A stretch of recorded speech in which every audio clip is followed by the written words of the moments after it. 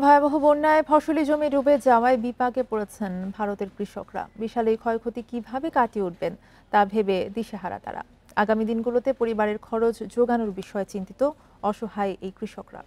টানা কয়েকদিনের ভারী বৃষ্টিপাতের কারণে ভয়াবহ বন্যা দেখা দিয়েছে ভারতের উত্তরপ্রদেশের কানপুর এবং গুজরাটের পোরবন্দর শহরে।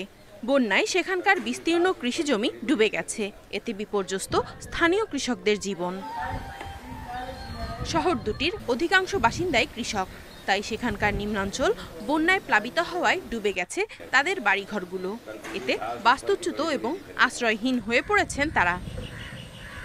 নিরাপদ আশ্রয়ের সন্ধানে এরই মধ্যে এলাকা ছাড়তে বাধ্য হয়েছেন অনেকে।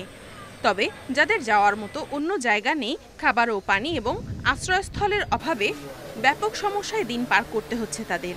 এখন পর্যন্ত কোনো সরকারি সহায়তা পাননি বলে অভিযোগ করেছেন বন্যা দুর্গত এলাকার বাসিন্দারা। বন্যায় ৩০টি বাড়ি পুরোপুরি বিধ্বস্ত হয়েছে। ৩-৪টি বাড়ি পানিতে ডুবে গেছে। অনেক সমস্যায় আছি।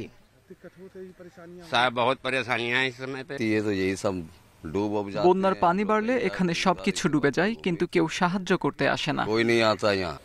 ভারতে বর্ষাকাল খুবই গুরুত্বপূর্ণ। দেশটির গ্রামীণ এলাকার কৃষকরা কৃষিকাজের জন্য বর্ষাকালের উপর নির্ভরশীল।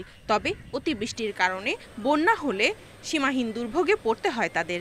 ফসলি জমি ডুবে গেলে সর্বস্ব হারিয়ে নিঃস্ব হন তারা। Nadia Tabassum, independent news.